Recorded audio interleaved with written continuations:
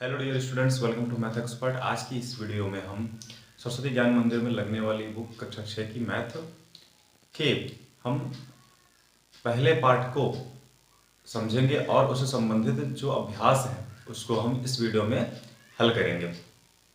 तो आइए चलिए हम अपने इस वीडियो को स्टार्ट करते हैं। पहले पार्ट का नाम है प्राकृतिक संख्याएं एवं पूर्ण संख्याएं। प्राकृतिक संख्याएं एवं पूर्ण संख्याएं।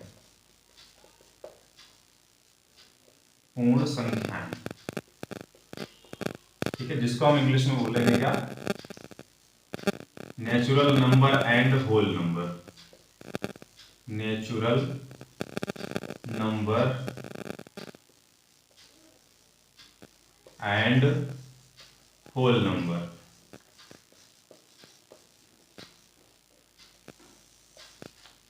ठीक है, तो आइए हम पहले समझते हैं कि प्राकृतिक संख्या यानी नेचुरल नंबर क्या है। पहला नंबर है क्या? नेचुरल नंबर यानी प्राकृतिक संख्या।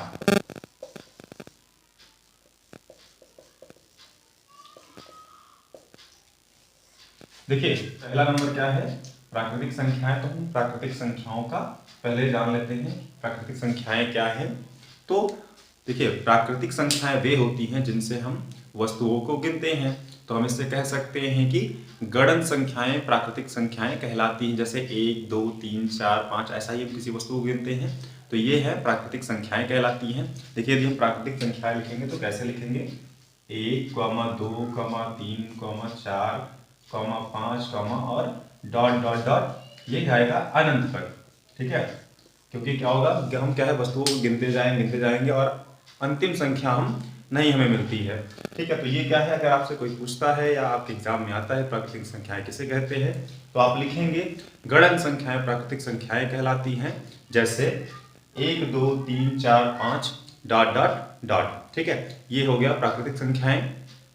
आइए हम समझते हैं प्राकृतिक संख्याओं के गुणों के बारे में। आइए अब हम देखते हैं प्राकृतिक संख्याओं के कितने गुण होते हैं। ठीक है, तो लिखेंगे पहला नंबर क्या है गुण, कि सबसे छोटी प्राकृतिक संख्या, सबसे छोटी प्राकृतिक संख्या एक होती है। एक होती है। और दूसरी बात, सबसे बड़ी प्राकृतिक संख्या कोई नहीं होती है। कोई नहीं होती है। ठीक है, इस बात को आपको ध्यान रखना है। सबसे छोटी प्राकृतिक संख्या एक होती है और सबसे बड़ी प्राकृतिक संख्या कोई नहीं होती है। और तीसरी बात ये कि प्राकृतिक संख्या में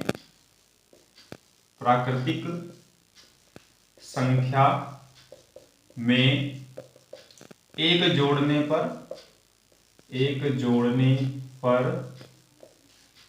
दूसरी प्राकृतिक संख्या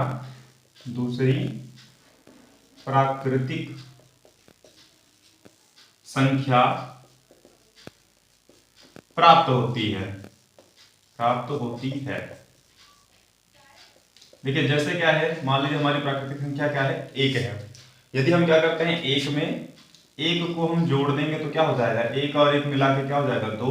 तो अभी हमने लिखा था प्राकृतिक संख्या कैसी होती है, 1, 2, 3, 4, 5, 6, 7, 8। ऐसा ही तो क्या है, इसी प्रकार से यदि हम क्या करते हैं, एक में एक को जोड़ देंगे तो क्या बन जाएगा, 2। ठीक है, अब आइए हम समझते हैं पूर्ण संख्याएं किसे कहते हैं, यानी होल नंबर किसे कहते हैं। ठीक है, तो देखिए, प्राकृतिक संख्याएं जो होती हैं उनमें जीरो यदि हम सम्मिलित करके यानी जीरो के साथ लिखते हैं, यानी 0, 1, 2, 3, 4, 5, 6, 7 इस तरह करके लिखते हैं, तो इसे हम कहते हैं होल नंबर या पूर्ण संख्याएं। देखिए, आइए हम इसकी परिभाषा लिखते हैं कि पूर्ण संख्या किसे कहते हैं। तो लिखेंगे प्राकृतिक संख्याओं में शून्य यानी 0 को सम्मिलित करने पर जो संख्या हमें प्राप्त होती है पूर्ण संख्या कहलाती है। पूर्ण संख्या कहलाती है। ठीक है, देखिए जैसे क्या है, जैसे 0 1 2 3 4 5 डॉट डॉट डॉट। ठीक है, तो क्या है, हमारी पूर्ण संख्या कैसे शुरू होती है? सबसे छोटी पूर्ण संख्या 0 होगी। ठीक है, और सबसे बड़ी पूर्ण संख्या कोई संख्या नहीं होती है। ठीक, क्योंकि इसलिए नहीं होती क्योंकि आप आगे बढ़ते चले जाएंगे और हमें संख्याएं आगे मिलती चली जाएंगी। और देखिए सबसे छोटी पूर्ण संख्या 0 होती है और 0 के जो पीछे संख्याएं होती है पूर्ण संख्याएं नहीं होती हैं। आइए हम समझते हैं कि संख्यांक किसे कहते हैं। तो संख्या को व्यक्त करने वाले अंकों के समूह को संख्यांक कहते हैं। आइए हम इसकी परिभाषा बोर्ड पर देखते हैं। संख्या को व्यक्त करने वाले अंकों के समूह को संख्यांक कहते हैं।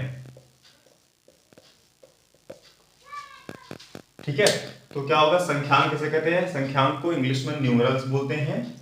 और इसकी परिभाषा क्या है? संख्या को व्यक्त करने वाले अंकों के समूह को संख्यांक कहते हैं। आइए अब हम समझते हैं कि हम संख्याओं को पढ़ते कैसे हैं। जैसे हमारे पास कुछ संख्याएं लिखी होती हैं तो हमको उन्हें पढ़ना होता है कि भाई कितनी संख्याएं लिखी है। तो हमको इनको पढ़ने के लिए दो प्रकार की पद्धतियां हैं। एक पहली है भारतीय अंकन पद्धति और दूसरी पद्धति है अंतरराष्ट्रीय अंकन पद्धति। ठीक है, तो अंकन पद्धति कितने प्रकार की है? दो प्रकार की। पहली है भारतीय अंकन पद्धति और दूसरी पद्धति है अंतरराष्ट्रीय पद्धति। राष्ट्रीय अंकन पद्धति।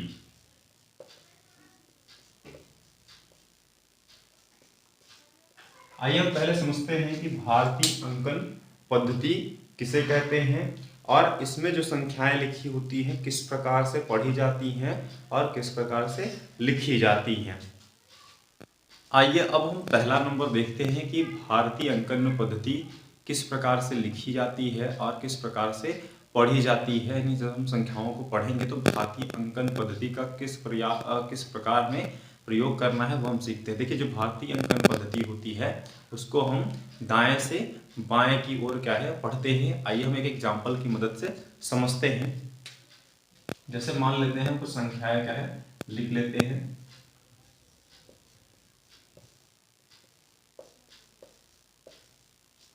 ये हमने कुछ संख्या लिख दी, ये पूरी क्या है एक संख्या है। यहाँ से यहाँ तक क्या है देखिए ये पूरी एक संख्या है। पूरा यहाँ से यहाँ तक यानी क्या है 3 से लेकर 1 तक एक बड़ी संख्या है। अब इसको हमें यदि पढ़ना है तो हमें जानना पड़ेगा कि भाई कैसे लिखा हुआ है, इनका स्थान हमें पता होना चाहिए। तो आइए हम जानते हैं कि पहले क्या है इनको किस प्रकार से हम पढ़ेंगे। ठीक है, जो पहला इधर क्या है 1 लिखा है, इधर हम क्या मैंने बोला अभी कि आपको बाएं क्या दाएं से बाएं की ओर पढ़ना है। यानी क्या देखिए मैं जब ऐसा खड़ा हो जाता तो एक मेरा ये दायां हाथ है तो और इधर ये है बायां हाथ, तो दाएं हाथ से बाएं हाथ की ओर हम इसको पढ़ते हैं। तो पहला इधर क्या है इसको बोलते हैं इकाई, इसको बोलते हैं दहाई, ये है सैकड़ा, ये है हजार, ये है 10,000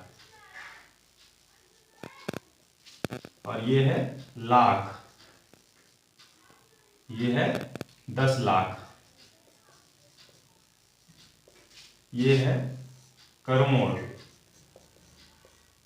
ये है 10 करोड़, ये है अरब, ये है 10 अरब, देखिए इसी प्रकार से जिस प्रकार से हमने लिखा ना, इकाई, दहाई, सैकड़ा, हजार, 10,000, लाख, 10 लाख, करोड़, 10 करोड़, अरब और 10 अरब। अब यदि हमें इस संख्या को पढ़ना है तो हम कैसे पढ़ेंगे कि 35 अरब 87 करोड़ 96 लाख 54,321। अब देखिए अभी इसके पहले हम संख्या को पढ़ नहीं पा रहे थे, लेकिन क्या है अब हम संख्या को पढ़ सकते हैं, क्योंकि हमने क्या है जान लिया किस प्रकार से संख्या को पढ़ते। देखिए यहाँ से हमको ये पता करना है किस प्रकार से, यदि आपको अभी भी यदि पढ़ने में दिक्कत हो तो आप क्या कर सकते हैं, थोड़ा थोड़ा संख्याओं को देख सकते हैं। देखिए इधर क्या इकाई का मीन्स होता है 1 और दहाई मीन्स होता है 10, यानी इसमें क्या है यदि हम 20 2 में 10 का गुणा करते कितना हो जाएगा, 20 हो जाएगा, साथ में इसको लगा देंगे तो कितना 21 हो जाएगा। ठीक है, अब यहाँ क्या है सैकड़ा है, यहाँ 3 सैकड़ा यानी 100 होता है, यदि हम 3 में 100 का गुणा कर दें तो कितना हो जाएगा 300, और 300 के साथ में 21 जोड़ दें 321। अब जैसे यहाँ 1000 लिखा है तो आपको 1000 का मतलब पता है कि 1000 मीन्स क्या होता है 1000, यदि हम 4 में क्या करें 1000 का गुणा कर देंगे तो कितना हो जाएगा 4000। अब इसको इतना हम साथ में पढ़ लेते हैं कि 4321।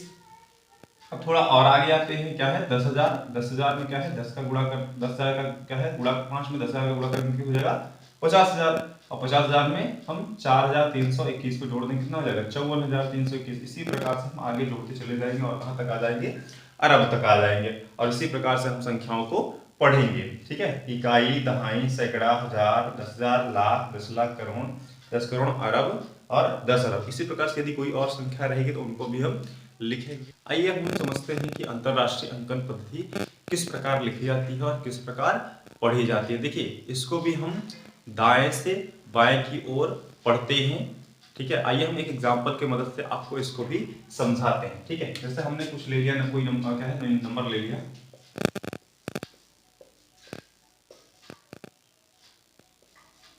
चलिए हमने ये क्या है कि संख्या ले ली बड़ी सी। अब इसको हमें क्या है पढ़ना है, और किसमें पढ़ना है, अंतरराष्ट्रीय अंकन पद्धति में। यानी क्या है हमको अगर क्या है इसको लिखना है तो हम क्या है कैसे, या फिर किसी को बताना है कि इसको अंतरराष्ट्रीय अंकन पद्धति में किस प्रकार संख्या ये लिखी है या इसको कैसे पढ़ेंगे। तो आइए हम देखिए पढ़ना शुरू करते हैं। ये हो जाएगा इकाई, और ये हो जाएगा दहाई,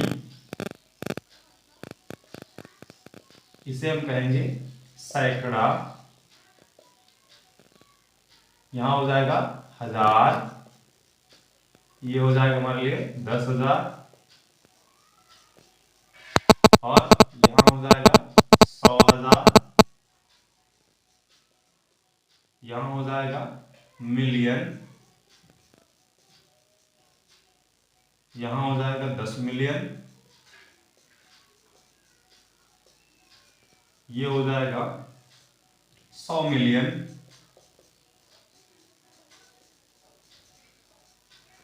और ये हो जाएगा हमारा बिलियन। देखिए यहाँ जैसे क्या है, हम अभी इसके पहले हमने पढ़ा भारतीय संख्या पद्धति में हम कहाँ तक सीखे। देखिए इसमें कुछ उसमें जैसे उसमें रहता है वैसे इसमें कुछ सेम है। उसके आगे यहाँ देखिए अंतर क्या है कि यहाँ इकाई, दहाई, सैकड़ा, हजार, 10,000 इतना तो उसमें भी था भारतीय संख्या पद्धति में, लेकिन क्या हो रहा है कि अंतरराष्ट्रीय अंकन पद्धति में कैसे लिखा जाता है कि इसमें हम 10,000 के बाद ये भी लिखते हैं कि 100,000, 100,000 के बाद क्या आ जाएगा मिलियन, फिर 10 मिलियन, फिर 100 मिलियन। इसी प्रकार से क्या है जब बिलियन आया है तो क्या हो जाएगा, आगे जो कोई संख्या आती है तो फिर क्या हो जाएगा 100 बिलियन, बिलियन आया तो पहले 10 बिलियन, फिर उसके बाद फिर क्या होगा 100 बिलियन। इस प्रकार से हम क्या है किसी संख्या को लिखेंगे, और इसी प्रकार से हम इसको यदि देखिए अगर पढ़ते हैं तो क्या हो जाएगा इकाई, दहाई, सैकड़ा, हजार, 10,000, 100,000, मिलियन, 10 मिलियन, 100 मिलियन, फिर बिलियन, 3 बिलियन, 4। देखिए अब इसमें हम 3-3 अंकों को क्या है पढ़ते हैं। इसमें देखिए यहाँ क्या है हम इधर 3-3 अंकों का जोड़ा बना लेते हैं।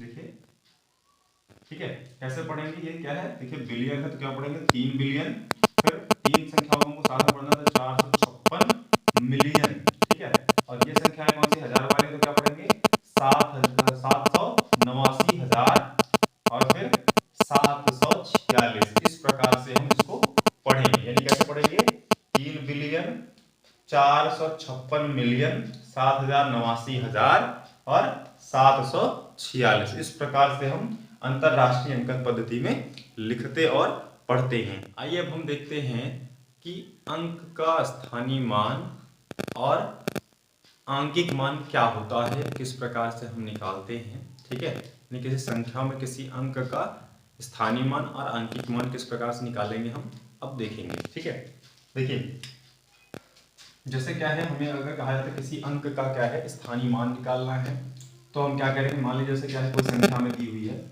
चलिए ले लेते हैं। जैसे हमने ये संख्या दी है 459। ठीक है, इसमें कह दिया गया कि क्या है, इन संख्याओं का क्या करिए, स्थानीय स्थान बताइए। ठीक है, यानी क्या है, जो हम जब अंक का स्थानीय मान निकालेंगे तो हमें जो संख्या है उस संख्या में उस अंक का स्थान, उस स्थान पर निर्भर करेगा स्थानीय मान। लेकिन जो आंकिक मान है उस संख्या में जो अंक है उसके स्थान पर निर्भर नहीं करता। हमसे सिर्फ आंकिक मान पूछेगा तो सिर्फ वही अंक हो जाएगा, और जब स्थानीय मान पूछेगा तो हमको स्थान के साथ उस अंक को बताना। जैसे अगर हम स्थानीय मान लिखते हैं, इसमें देखिए यदि हमसे कहा जाता है कि मान लीजिए इस संख्या में कहा जाता है 5 का स्थानीय मान बताए, तो 5 का स्थानीय मान क्या हो जाएगा। देखिए 5 कौन सी जगह है, इकाई दहाई, क्या है दहाई की जगह पे है, तो 5 हमने लिख दिया। और दहाई दहाई मीन्स क्या होता है 10, 10 से इसमें गुणा करके क्या हो जाएगा 5 दाम 50। ठीक है, तो क्या है 5 का क्या स्थान है इसमें 50 है, यानी 459 में 5 का स्थानीय मान निकालेंगे तो क्या हो जाएगा, हमको 50 मिलेगा। यदि देखिए क्या है 459 में ही यदि हमसे कहा जाता है कि 5 का आंकिक मान बताइए। ठीक है, यदि हमसे आंकिक मान बोलता है तो आंकिक मान क्या हो जाएगा, आंकिक मान 5 ही रहेगा।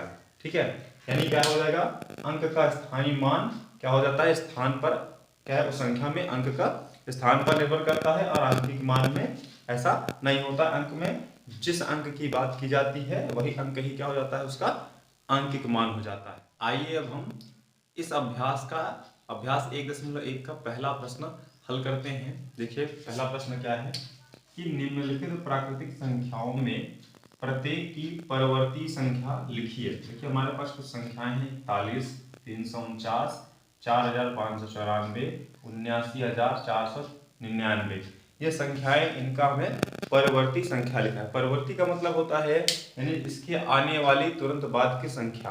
देखिए आप क्या करेंगे, यदि जैसे क्या है 41 है, इन सभी में क्या करना है, एक जोड़कर हमें इनके बाद की संख्या जो आती है उसे लिखना है। 41 है, 41 में यदि आप क्या करते हैं एक को जोड़ देते हैं तो हो जाएगा क्या 42। तो 41 की परिवर्ती संख्या क्या हो जाएगी 42। इसी प्रकार से 349 में यदि आप एक जोड़ते हैं तो हो जाएगा 350। इसी प्रकार से लिखा है 4594, इसकी परिवर्ती संख्या में लिखेंगे तो इसमें भी +1 करेंगे तो 1 और 4 क्या हो जाएगा 5 हो जाएगा, और बाकी संख्याएं में वैसे इसकी लिख देने में क्या हो जाएगा 4595 हो जाएगा। ठीक है, अब अगला नंबर है 79499।